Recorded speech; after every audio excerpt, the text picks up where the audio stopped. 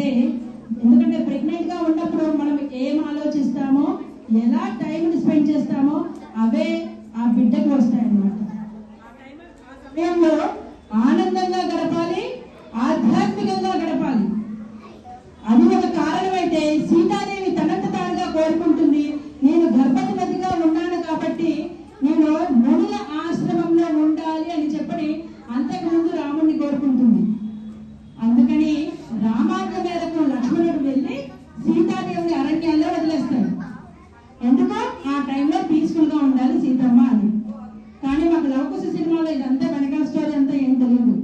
రాముడు చాకులోడు అన్నాడని చెప్పని అమ్మేసి మాట పట్టుకొని సీతాదేవిని అరణ్యాల్లో వదిలేశాడు.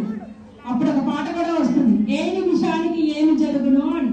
ఆ పాట ఆ సీను చూసి ఏడవని వాళ్ళు అంటూ ఉంటారు. అంత బాగా ప్రభావితం చేసింది ఆ వయసులో. నా మనసులో కూడా అదే.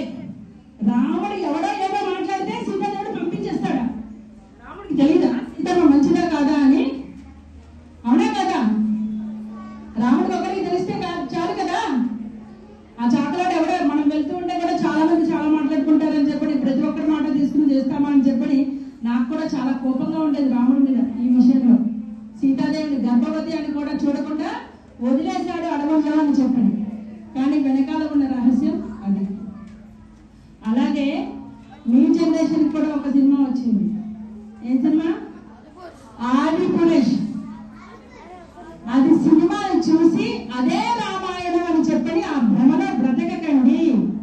నిజమైన రామాయణం తెలుసుకోవాలి. నాకు నా చిన్నప్పుడు ఎప్పుడో చూసిన లవకుశ సినిమాల్లో వాడు తప్పు చూపించాడు, అసలైనది అది కాదు ఇది అని తెలుసుకోవడానికి దాదాపు 30 సంవత్సరాల పైన పడిపోయింది నా జీవితం. అప్పటి వరకు రాముడికి ఏదో గుడికెళ్తే దండం పెట్టుకోవడం వరకే మిగిలిపోయాను.